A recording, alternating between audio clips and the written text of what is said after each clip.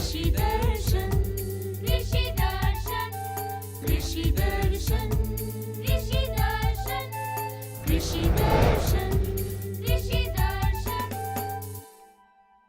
खेती बाड़ी पर आधारित कार्यक्रम कृषि दर्शन में सभी किसान भाइयों बहनों का स्वागत है। मैं हूं मास्टर जी। मैं हूं रमनी बहन।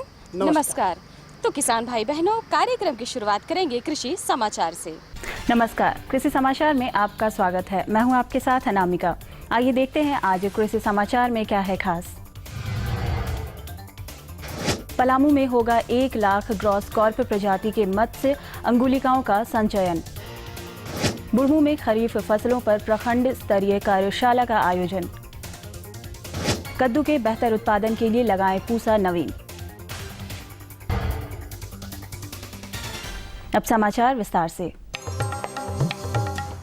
मत्स्य विभाग झारखंड सरकार की ओर से पलामू जिला के विभिन्न जलाशयों के लिए 1 लाख ग्रॉस कॉर्प प्रजाति के मत्स्य अंगुलिकाओं का संचयन किया जाएगा। अंगुलिकाओं की आपूर्ति के लिए 25 जून 2014 तक आवेदन आमंत्रित हैं।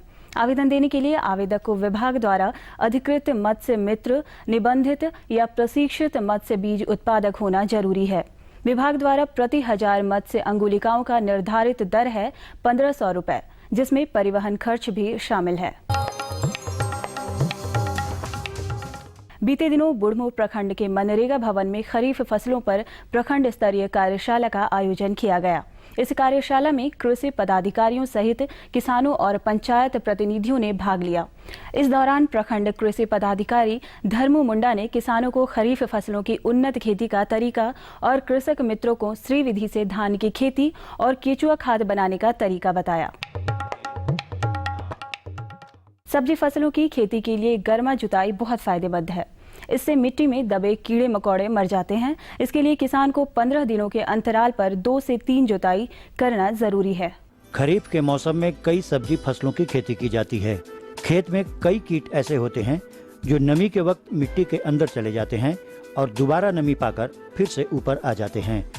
बरसाती सब्जी की खेती के लिए गर्मी में खेत कोड़ के छोड़ देना ऐसे कीटों के नियंत्रण के लिए एक कारगर उपाय है। किसान भाइयों, आपसे सलाह दी जाती है कि आप गर्मा जुताई करके इस समय छोड़ दें, तो इससे जो सब्जियों में बहुत सारे रोगों से आप मुक्त रह सकते हैं। और 2 से 3 गहरी जुताई करने से और उसको 15 दिन के अंतराल पर जुताई करने से सारे कीटाणु नष्ट हो जाते हैं जो मिट्टी में उपलब्ध होते हैं। जो किसान खरीफ मौसम में लत्तर वाली सब्जी फसल कद्दू की खेती करना चाहते हैं, वो इस फसल से बेहतर उपज प्राप्त करने के लिए पूसा नवीन या अर्का बहार लगाएं। इसकी उत्पादन क्षमता 150 से 200 क्विंटल प्रति हेक्टेयर है। किसान भाई खरीफ मौसम में कद्दू की खेती के लिए बलुई दोमट से लेकर मटियार दोमट मिट्टी वाले तक खेत का चयन कर सकते हैं। बुआई में पौधों के बीच 2.5 से 3 मीटर की दूरी रखें। इस फसल से ज्यादा उपज प्राप्त करने के लिए पूसा नवीन या अर्का बहार लगाएं। इनकी उपज क्षमता 150 से 200 क्विंटल प्रति हेक्टेयर है। खेतों का दुरुस्त और मजबूत मेड़ ही अच्छा जल जमाव सुनिश्चित करता है। राज्य के किसान अपने खेतों में मेड़ बनाने के लिए कृषि उपकरण बंड फार्मर की सहायता ले सकते हैं। अब बारी है उस सफल किसान से मिलने की जो आज के अंक में हमारे साथ जुड़ चुके हैं, अपना अनुभव साझा करने के लिए कि ये अभी किस फसल की खेती कर रहे हैं और कैसे कर रहे हैं। आज हम आपको एक ऐसे प्रगतिशील किसान से मिलवा रहे हैं जिन्हें सब्जी फसलों की खेती से विशेष लगाव है। ये कुछ अनाज वर्गीय फसलों को छोड़कर सालों भर सब्जी फसलों की खेती करते हैं और पैदावार से बहुत अच्छी आमदनी प्राप्त करते हैं। जब परिवार में 5 परिवार हैं, उसके बाद 1 एकड़ में हम जब खेती लगाए हैं तो हम खेती ही से ही आर्थिक हैं और इसी खेती के कारण ही मेरे साथ बाल बच्चे को पढ़ा रहे हैं और अपना इसी से गुजर बसर कर रहे हैं। और अब एक नज़र राज्य के 5 प्रमुख शहरों के मौसम के मिजाज पर।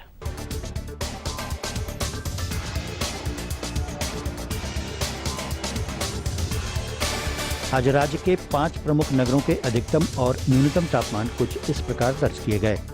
रांची का अधिकतम तापमान 38 डिग्री सेल्सियस और न्यूनतम 25 डिग्री सेल्सियस।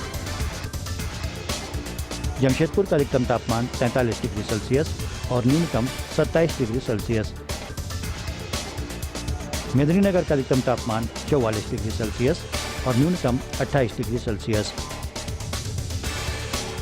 देवघर का अधिकतम तापमान 44 डिग्री सेल्सियस और न्यूनतम 29 डिग्री सेल्सियस।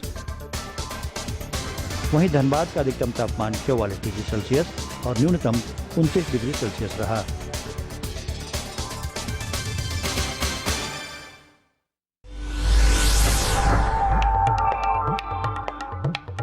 और अब मंडी भाव में आइए नजर डालते हैं अनाजों के भाव पर। आज कृषि उत्पाद बाजार समिति पंडरा रांची में विभिन्न खाद्यान्नों के थोक भाव कुछ इस प्रकार दर्ज किए गए। चावल मोटा 2200 रुपए से 2300 रुपए, चावल मध्यम 2500 रुपए से 2600 रुपए, चावल उत्तम 3500 रुपए से 3600 रुपए, गेहूँ 1750 रुपए से 1800 रुपए, चना 3350 रुपए से 3400 रुपए, दाल अरहर 5500 रुपए से 6400 रुपए, दाल मसूर 4800 रुपए से 5000 रुपए, दाल चना 4300 रुपए से 4400 रुपए, सरसों तेल 9000 रुपए से लेकर 9400 रुपए, चीनी 3400 रुपए से 3500 रुपए, आलू 1000 रुपए से लेकर 1200 रुपए और प्याज 900 रुपए से लेकर 1000 रुपए प्रति क्विंटल रहा। कृषि समाचार में आज इतना ही। अगले दिन अगले अंक में फिर मुलाकात होगी कुछ ताज़ा तरीन खबरों के साथ। तब तक के लिए दीजिए इजाज़त। नमस्कार, जुहार।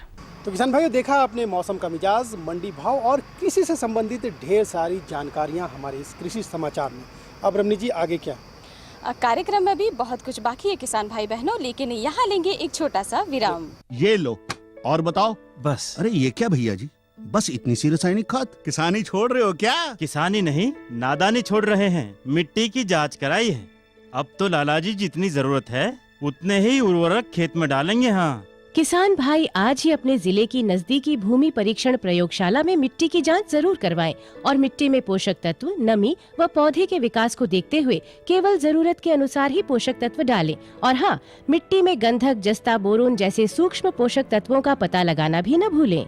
उर्वरक और जैविक खाद के सही उपयोग से भूमि का उपजाऊपन बनाए रखें, उत्पादकता बढ़ाएं, खर्चा घटाएं और बहुमूल्य विदेशी मुद्रा बचाने में भी सहयोग दें। और हाँ, धीमी गति से नाइट्रोजन उपलब्ध कराने वाले उर्वरकों जैसे नीम लेपित यूरिया को प्राथमिकता दें और यूरिया का पत्तों पर छिड़काव करें। अरे वाह, तू तो सचमुच समझदार हो गया रे। अधिक जानकारी के लिए संपर्क करें जिला कृषि अधिकारी या किसान कॉल सेंटर। विराम के बाद एक बार फिर से सभी किसान भाइयों बहनों का स्वागत है। तो मास्टर जी, खोलिए अपना पिटारा और बताइए आज आप हमारे किसान भाई बहनों के लिए कौन सी नई देखिए रमनी जानकारी जी, लेकर आए अभी हैं?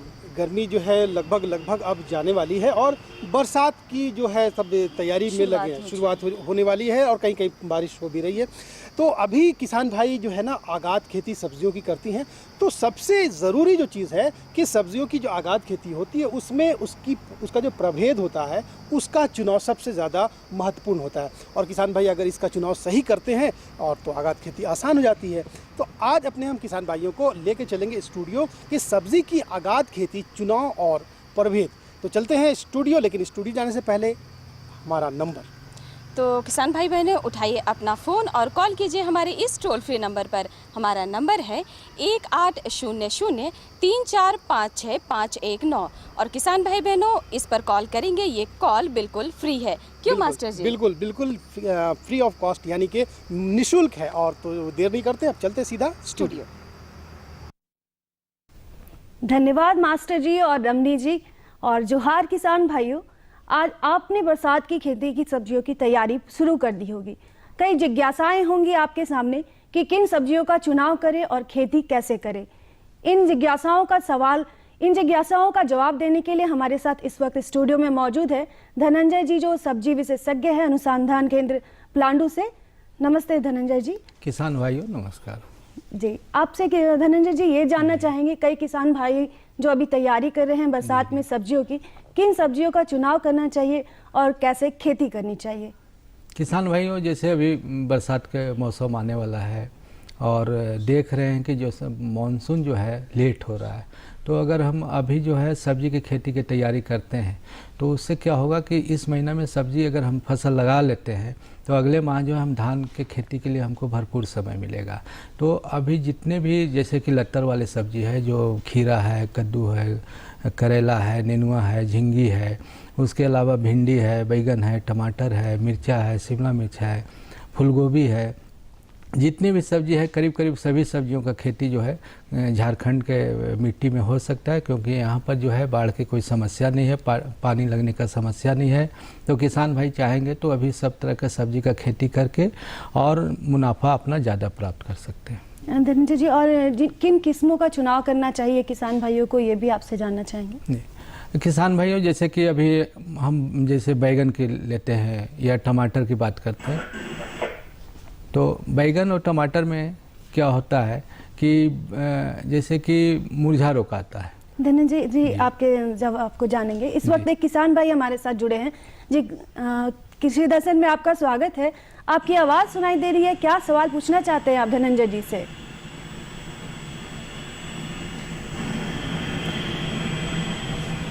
जी किसान भाई, आप अपनी सवाल को पूछिए। अपने सवाल को आप जान सकते हैं कि बरसात में आप किस तरीके से खेती कर सकते हैं, किन किस्मों का चुनाव कर सकते हैं। जी आवाज़ नहीं आ रही है, तकनीकी खराबी। जैसे कि हम बात कर रहे थे बैगन और टमाटर का, कि झारखंड में क्या होता है कि बैगन और टमाटर का जब हम पौधा लगाते हैं तो फल फूल आता है और पौधा सूखने लगता है, तो वह जो है मुरझा रोग करके एक बैक्टीरियल विल्ट बीमारी है जिसमें कि कोई दवा काम नहीं करता है। उसमें दवा क्या है कि रोगरोधी किस्म रहे। तो हमारे अनुसंधान केंद्र पलांडू द्वारा बैगन और टमाटर के रोगरोधी किस्म विकसित किया गया है। जैसे कि बैगन की बात करें तो बैगन में स्वर्ण श्यामली जो हरे रंग के गोल कांटा वाला बैगन है, और स्वर्ण प्रतिभा लंबा बैगनी है। उसके अलावा टमाटर में स्वर्ण लालिमा है, का आभा है, स्वर्ण नवीन है जो कि देसी किस्म है, और संकर किस्म में जो है स्वर्ण संपदा है, स्वर्ण विजया है। अगर इन किस्मों का किसान भाई चुनाव करेंगे, चयन करेंगे, तो बरसात में अच्छा उत्पादन जी। एक किसान भाई हमारे साथ फोन पर जुड़े हैं। आप सब्जियों से की खेती के बारे में क्या सवाल जानना चाहते हैं? स्वागत है आपका कृषि दर्शन में। अपना सवाल पूछिए किसान भाई।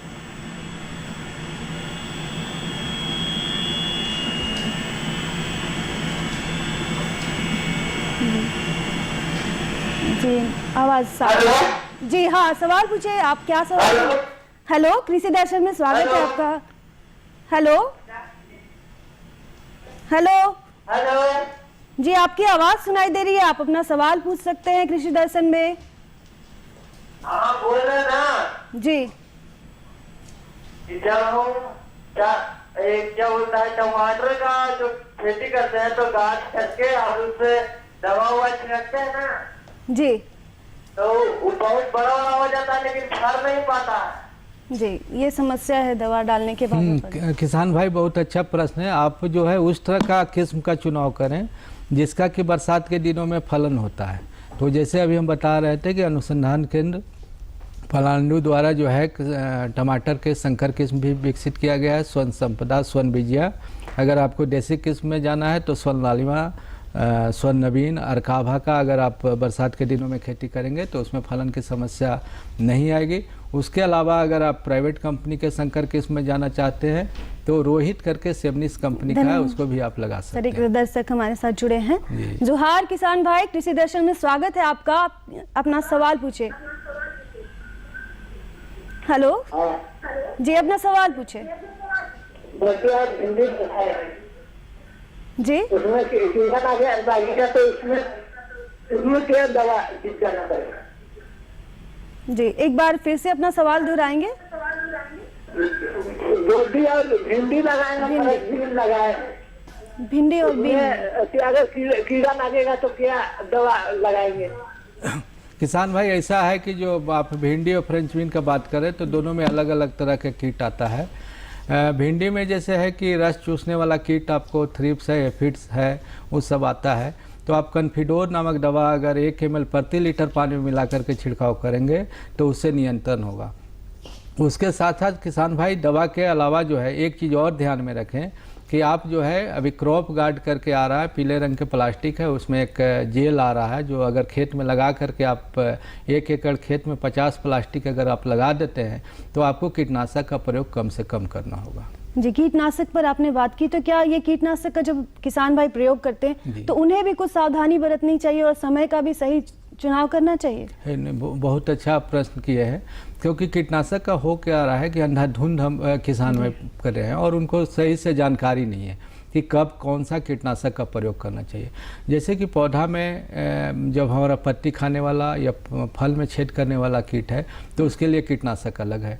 जब रस चूसने वाला कीट है तो उसके लिए कीटनाशक अलग है। उसके अलावा कि जैसे समय का भी कि सुबह करें, ज़्यादातर छिड़काव जो है। सवाल का जवाब लेंगे, किसान भाई हमारे साथ जुड़े हैं। जोहार किसान भाई, आपका कृषि दर्शन में स्वागत है। क्या सवाल पूछना चाहते हैं आप हमारे विशेषज्ञ से? हेलो जी, अपना सवाल पूछे। जी अपना सवाल पूछे किसान भाई। संपर्क टूट गया हमारा। जैसे कीटनाशक की हम लोग बात कर रहे थे कि अगर छिड़काव कर रहे हैं तो पहले तो है कि कौन सा कीट के लिए कौन सा कीटनाशक करना है, तो उनको उसका जानकारी प्राप्त करना चाहिए। चाहे हमारे अनुसंधान केंद्र में आवें, कृषि विज्ञान केंद्र में जाएं या बिरसा कृषि विश्वविद्यालय में जाएं या जो भी कृषि विशेषज्ञ हैं उनसे मिलें, उनके संपर्क में रहें और सैंपल लेकर के जाएं। जब भी पत्ती हो या पौधा हो या फल हो, उसका सैंपल ले जाकर के विशेषज्ञ को दिखावें कि कौन सा कीट है, क्योंकि बिना देखे हुए सही से उसका उपचार नहीं किया जा सकता है। दूसरा है कि जब छिड़काव कर रहे हैं तो शाम के समय करें। उसके अलावा अपना भी सावधानी बरतना है कि जब हम छिड़काव कर रहे हैं तो जो आदमी छिड़काव कर रहा है तो उसको मास्क पहन लेना चाहिए, चश्मा लगा लेना चाहिए, ग्लव्स पहन लेना चाहिए, जिससे कि आपके शरीर पर उस दवा का प्रभाव कम से कम। विशेष कीटनाशक को जब जैसे यूरिया का इस्तेमाल करते हैं किसान भाई, तो उसके लिए क्या सावधानी बरतनी चाहिए? इस सवाल का जवाब जानेंगे। किसान भाई हमारे साथ जुड़े हैं। जोहार किसान भाई, कृषि दर्शन में स्वागत है आपका। आप अपना सवाल पूछ सकते हैं विशेषज्ञ से। हेलो जी, जवाब चाहेंगे आपसे। जैसे कि हम यूरिया की बात करते हैं तो यूरिया का जब छिड़काव करते हैं किसान भाई, तो पहला चाहिए कि यूरिया में जो है अगर नीम का तेल या करंज का तेल को मिला देते हैं और 1 किलो यूरिया में 20 ग्राम या 20 ml करंज का तेल या नीम का तेल मिला करके रात भर छोड़ दें और उस तरह का यूरिया का जब छिड़काव करेंगे तो वह जल्दी नहीं उड़ता है, पानी में जल्दी नहीं घुलता है, तो धीरे धीरे घुलेगा। तो आपका एक तो यूरिया पौधा के लिए ज़्यादा उपलब्ध होगा, फ़ायदेमंद होगा। दूसरा है कि तुरंत जो है उससे जो गैस बनता है वो नहीं बनेगा। तो अगर हम उस तरह का करते हैं, प्रयोग करते हैं तो उससे। और कोई विशेष पद्धति के किसानों को जो दवाई छींटते हुए, कीटनाशक छींटते हुए किस तरीके से पीछे की ओर आना चाहिए या फिर आगे की ओर जाना चाहिए? जैसे जब हम दवाई का प्रयोग कर रहे हैं ना, तो एक तो हम बोले कि अपना सुरक्षा करना चाहिए कि अपना आँख मुंह जो भी है ढक करके करें, जिससे कि उसका असर अपने शरीर पर नहीं हो।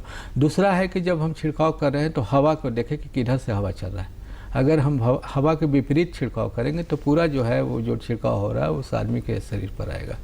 तीसरा है कि छिड़काव का समय, कि हम ज़्यादातर छिड़काव जो है शाम के समय करें। सुबह क्या होता है कि परागन के लिए मधुमक्खी जो है वो आपके खेत में आती है। जब हम सुबह छिड़काव करते हैं तो हमारा जो मित्र मधुमक्खी है वो हमारे खेत से भाग जाता है, तो आपका उपज जो है कम हो जाता है। इस वक्त एक किसान भाई हमारे साथ जुड़े हैं। हेलो, जोहार कृषि दर्शन में स्वागत है आपका। हेलो जी, आप पूछ सकते हैं अपना सवाल। बोल रहे हैं ना? जी सवाल पूछे अपना। हेलो हेलो, हाँ बोल रहे मैम कि मिर्चा गाछ लगाया, उसमें फूल हो रहा है पर फल नहीं ले पा रहा है। हाँ किसान भाई, अभी जैसे है कि गर्मी अभी बहुत ज़्यादा है, तापमान ज़्यादा है, तो अभी जो है फलन जो है थोड़ा सा आपको फूल तो खिलेगा लेकिन फल अभी कम पकड़ेगा। थोड़ा तापमान नीचे आने दीजिए, 40 डिग्री से नीचे आने दीजिए, फिर आपको पकड़ेगा। उसके अलावा अगर देखिएगा कि उसमें कुछ कीट एवं बीमारी है तो आप उसका जानकारी प्राप्त कर सकते हैं। साथ साथ एक छिड़काव आप बोरन का करें, 1 ग्राम प्रति लीटर पानी में मिला करके बोरन का छिड़काव करें, तो उससे भी अगर फलन की कुछ समस्या होगा तो उसका समाधान हो जाएगा। जी, बरसात में लोग भिंडी, खीरा वगैरह जिनकी फसल, जिनकी खेती हर 2 दिन पे निकलती रहती है, तो क्या उन्हें कीटनाशक का प्रयोग करना चाहिए किसान भाइयों को? नहीं, कीटनाशक का जैसे है क्या ना कि जैसे हम लोग टीका लगवाते हैं, बच्चा को टीका लगवाते हैं, तो किसान को भी जानकारी होना चाहिए कि जैसे हम खीरा का फसल लगा रहे हैं तो उसमें कौन कौन सा कीट आता है, किस समय आता है, तो हमको छिड़काव उस हिसाब से छिड़काव को चुनाव करना चाहिए और कोशिश करना चाहिए कि रासायनिक के साथ साथ जैविक कीटनाशक का प्रयोग करें। या अभी जो हम बोले कि क्रॉप गार्ड करके आया है, कीड़ा फंसाने वाला, फेरोमोन ट्रैप बोलते हैं, तो उसको अपने खेत में अगर हम लगा देंगे तो हमको उसको दवाई का प्रयोग नहीं करना होगा, कीड़ा उसमें आकर्षित होकर। जी, एक किसान भाई हमारे साथ जुड़े हैं।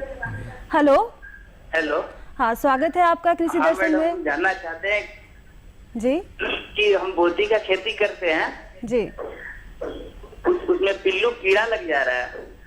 बोदी में की फसल में कीड़ा हाँ, लग रहा है। फल में कीड़ा लग रहा है ना।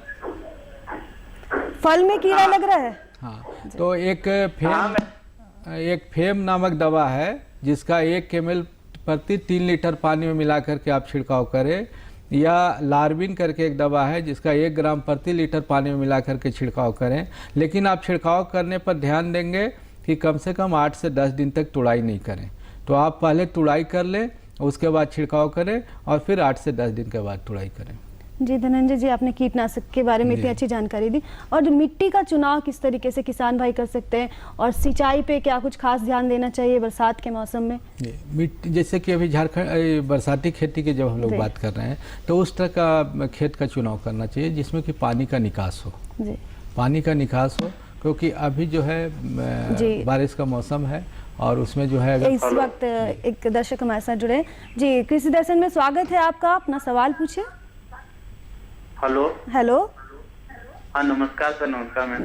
नमस्कार, अपना सवाल पूछे हमारे विशेषज्ञ से। जानकारी चाहिए थी जी कि जब मैं बैगन की खेती कर रहा हूँ तो अभी जैसे ही थोड़ा सा ही बढ़ता है ना जी, तो बहुत सारे पिल्लू लग जाते हैं, सारे में लग रहे हैं बैगन की खेती में इन्हें। हाँ, बैगन में एक समस्या है आपको तना छेदक एवं फल छेदक का।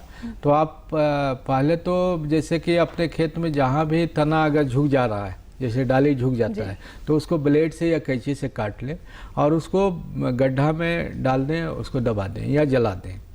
उसके बाद जो है फेम नामक दवा जो है 1 ml प्रति 3 लीटर पानी में, या कोराजेन नामक दवा जो है 1 ml प्रति 3 लीटर पानी में मिला करके 10 से 15 दिन के अंतराल पर आप छिड़काव करें। और साथ साथ कुछ नीम का बना हुआ कीटनाशक भी आ रहा है बाज़ार में, उसका भी आप छिड़काव करें। तो हम समझते हैं कि 80 से 90% जो है उसका नियंत्रण हो जाएगा। कोई भी दवा बाज़ार में जो उपलब्ध है वो 100% जो है बैगन के कीट को नियंत्रित नहीं जी, करता इस वक्त एक और दर्शक हमारे साथ जुड़े हुए हैं। हेलो। हेलो जी, कृषि दर्शन में स्वागत है आपका। जी, अपना सवाल पूछ सकते हैं। Hello hello hello hello. सवाल ये है ना कि सड़ रहा है मैडम। जी, सवाल को फिर से दोहराएंगे। प्याज सड़ रहा है, क्या दवा डालें? प्याज आप निकाल लिए हैं ना, खेत से निकाल लिए हैं कि? तो खेत से निकाल लिए हैं तो आपको तो प्याज के लिए भंडारण करना होगा। और भंडारण करने के लिए जो है एक तो क्या है कि आप बवेस्टिंग नामक दवा जो है उसका 1 ml प्रति लीटर पानी में मिला करके घोल बना करके और उसको डालें, और साथ साथ ठंडी जगह पर रखें, क्योंकि गर्मी ज़्यादा है तो आपका प्याज अगर सही से भंडारण नहीं होगा तो आपको सड़ेगा। जी, आप सिंचाई की बातों पर जानकारी दे रहे थे। हाँ, जैसे कि खेत का हम लोग बोले कि खेत का वैसा चुनाव करना चाहिए जहाँ पर कि पानी का निकास हो। और दूसरा है कि बारिश के दिनों में बहुत ज़्यादा हमको सिंचाई की ज़रूरत नहीं है, लेकिन जो अभी जो है वातावरण में परिवर्तन आ गया है तो उसमें जो है आपको ज़रूरत पड़ सकता है। जी, इस एक किसान भाई हमारे साथ जुड़े हैं। Hello hello hello. जी, कृषि दर्शन में स्वागत है आपका, आप अपना सवाल पूछ सकते हैं हमारे सब्जी विशेषज्ञ से। Hello hello hello.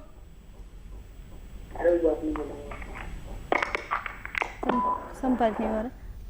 जी, तो जैसे हम लोग सिंचाई पर बात कर रहे थे कि बारिश के दिनों में बहुत ज़्यादा सिंचाई की जरूरत नहीं पड़ता है। जैसे कि अभी बारिश नहीं हो रहा है तो अभी उनको जीवन रक्षक पानी देना होगा।